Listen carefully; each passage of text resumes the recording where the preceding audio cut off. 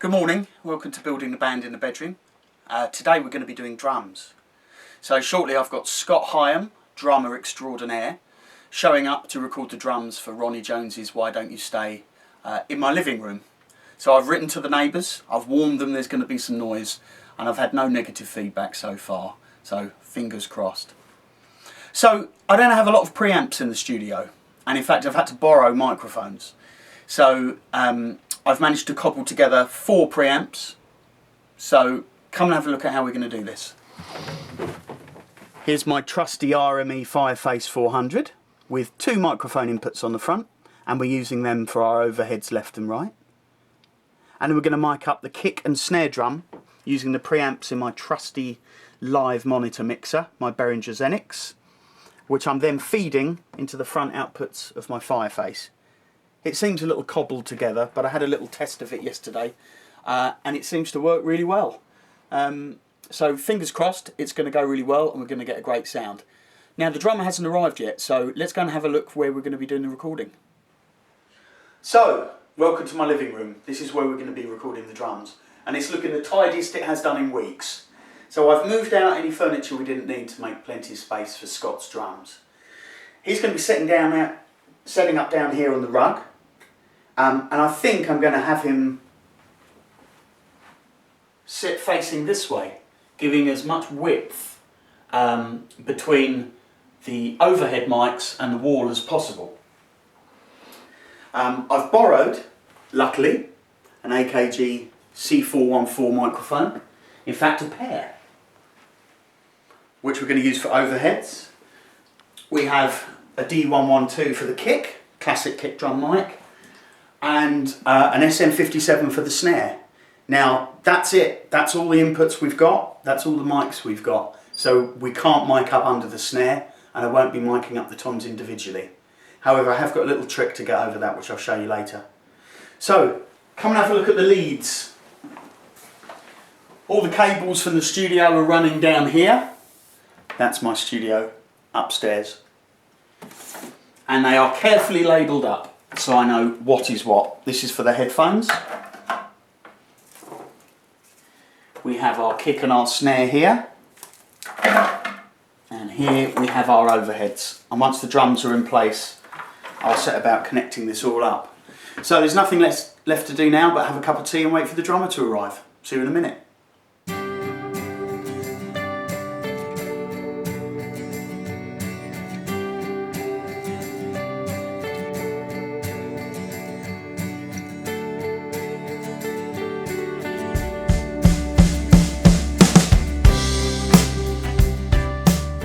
Okay, so we're all set up and my living room is stuffed full of drums and stuffed full of Scott.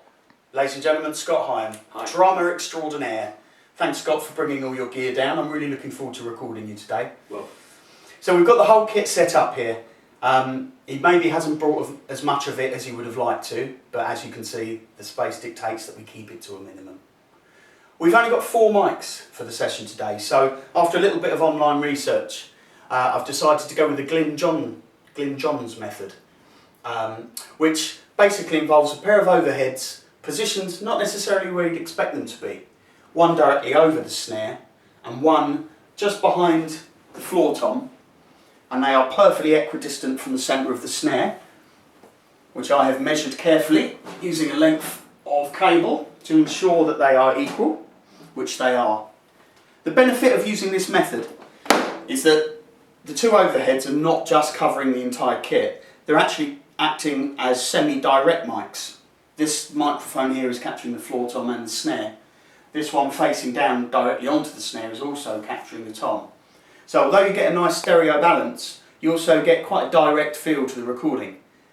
This is enhanced with the obligatory SM57 hidden away down here, which is facing the snare, and a D112 facing into the kick drum. Now, Scott actually has a rather nice microphone built into this kick drum. I'll show you a little picture. So I will test that one out before we actually get recording, and we'll see which one sounds best, and whichever one it is, we'll use it. So I think we're kind of ready to go. So I'm going to nip upstairs to the studio and we're going to get some levels, check nothing's overloading, check Scott can hear everything in his headphones, and crack on. See you in a minute. Okay, Scott, I won't be able to hear you because I haven't got your microphones on. If you can hear me, thwack your snare twice. Success. Great. Okay, I'm going to turn your mics on and get some levels, so wait for your instructions, and if you want more volume in your headphones, just tell me.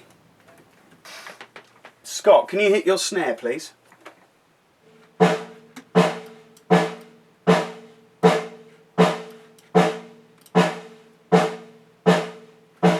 Thanks, Scott.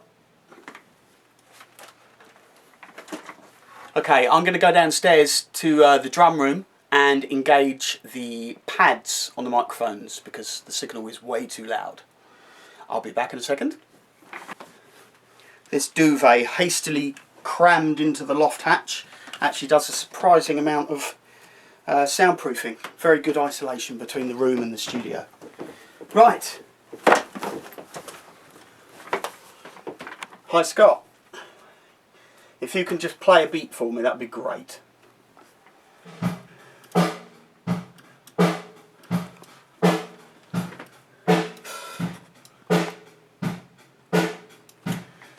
It is a fantastic drum sound. Okay, so I've got the levels for the two overheads now, using the software that controls the preamp levels. And I've panned the Glyn Johns overhead pair to try and achieve a nice central sounding snare drum, and I've arranged the gain so the snare drum is also identical when he hits the snare. I'm now going to look at the kick. Can you do the kick for me, please, Scott?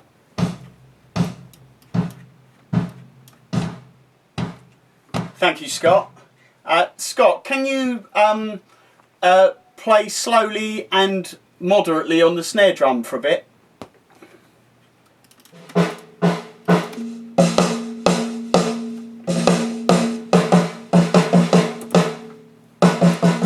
Thanks, Scott. Now, Scott, I'd like you just to play and tell me if you can hear the drums okay in your headphones and what you'd like. I'm going to put all the music in, I'm going to put your click track in, and you just have a word with me in about 10 seconds time about what you'd like to be different.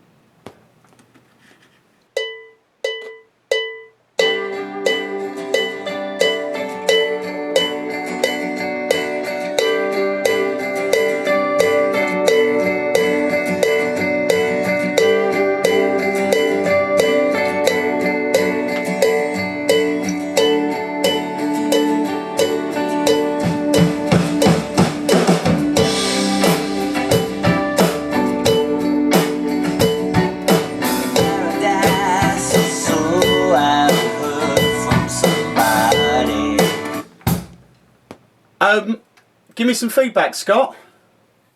Well, I'm cool. You mean I've got a balance first time? I've got a great drum sound. That's just come together beautifully. Yeah, I can work with this. It's great. Can you? Yeah. You okay? Yeah, go for it. Okay, now listen, just before you go, I've taken the liberty of making a second click track that gives you the in-between notes. Right. So have a listen. So this is your main click, and this is the in-betweener.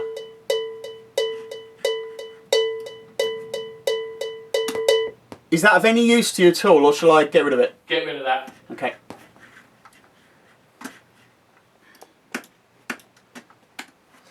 Now, do you want me to try those other headphones for you, or are you happy to proceed? No, let's go for it. You're really good. Okay, mate. Lovely. That sounded amazing, that little snippet where we did that. Yeah, is that alright? Yeah, really, really good. Very happy. Okay, cool. 1 second. Let me just make a few adjustments and then we're good to go. Okay, so we got lucky. The drums sound amazing down there. The mics seem to be in just the right place. I'm very happy with the kick, the snare and the overheads. They sound great. Scott's very happy with the balance I've managed to get in his headphones. And I would say all in all, that is an above averagely easy setup for a drum session. And I was anticipating a lot more problems than that. But I shall be more positive about it next time, I think. So we're going to go for a take. Okay, I'm really happy with the drum sound. I've decided not to try Scott's internally mounted kick mic, just because the sound we've got now absolutely works, and I'd rather save a bit of time and a bit of everyone's energy and just proceed. So Scott's happy with the balance in his headphones. He was very easy to please. I'm ready to go, so we're going to go for a take. Okay, Scott, are you ready to go? Yes, darling. Okay, mate, lovely. I'll count you in. I'll count you into the beginning of the intro, even though you're not playing in the intro.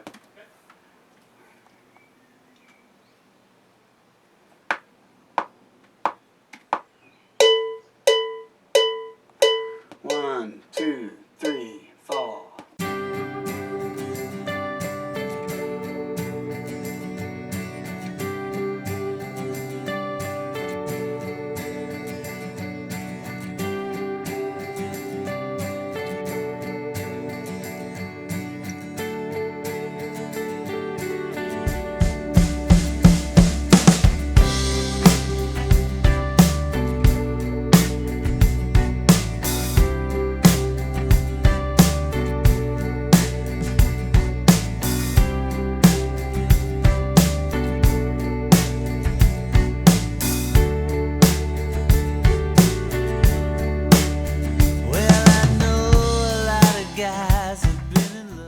Scott, that was a really amazing first take. Absolutely bang on.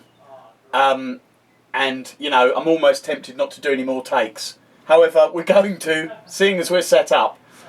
I was really happy with that. My one comment would be that after the middle eight, there is a breakdown section where it goes quite gentle. That's an instrumental verse that will have a solo of some kind in it. So maybe after the middle eight, drop back to what you do in the verse. And then when you head into that final solo, into the final chorus, you can just get progressively a bit wilder as you go along, because it's going to fade out probably. And so a little bit of extra tom and cymbal action is actually quite appreciated. Okay, you good to go with take two? Yes, sir. Okay, mate, here we go.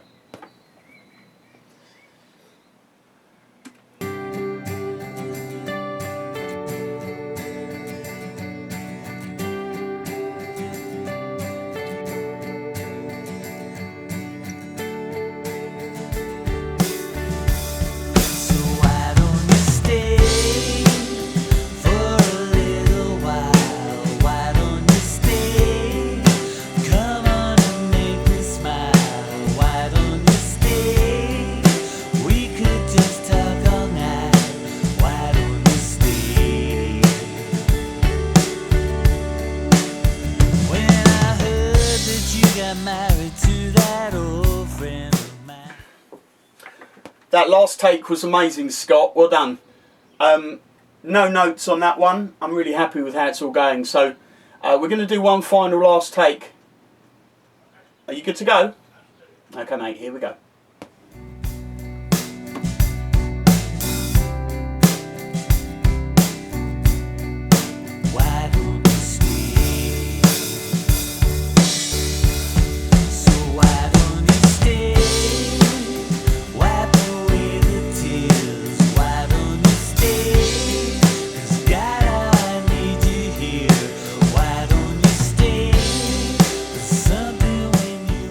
So we've got three great takes from Scott. Frankly, I would have been happy with one, but it's nice to have the choice of three. Little admission to make, there was a bit of clipping on the overheads when he really belted the floor tom. Ideally that wouldn't be the case, but I didn't notice until halfway through, and I don't want to upset the balance. So I'm going to let it go, and I'm going to deal with it in the mix. We're going to do hits now. So I'm going to get Scott to play individual hits of snare, one of each crash, and a couple of the kick, just in case I need to do any fix up or changes or embellishments later. Because I've only got 4 mics and I haven't actually put any mics on the toms, I'm then going to move the snare mic to each tom in turn to make direct hits for that, which might be useful later as well. Maybe not, but it's good to have belt buckle and braces in a case like this. So let's get on with the hits. Scott, you good to go?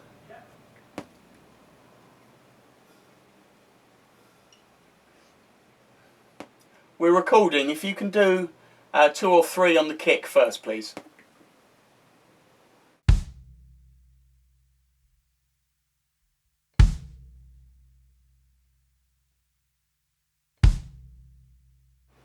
leaving plenty of time for each hit to ring off fully. And same on the snare, please, Scott.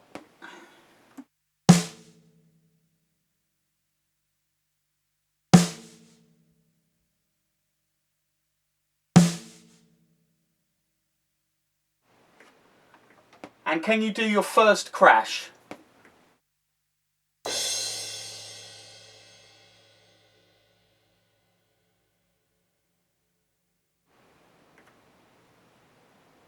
Okay, please damp that crash and do the other one.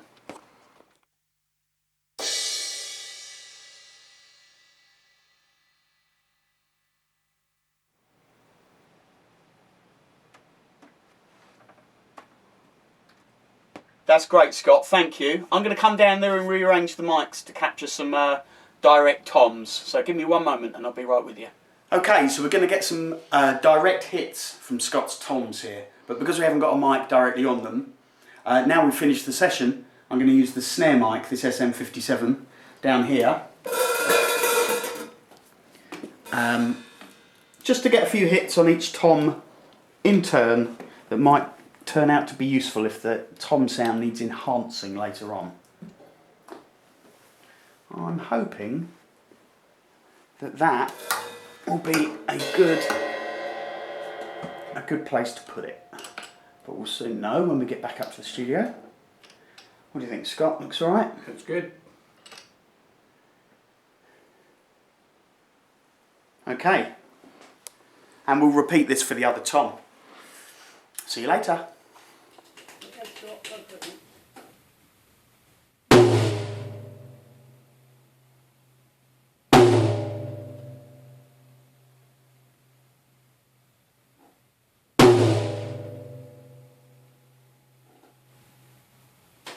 One more please, Scott.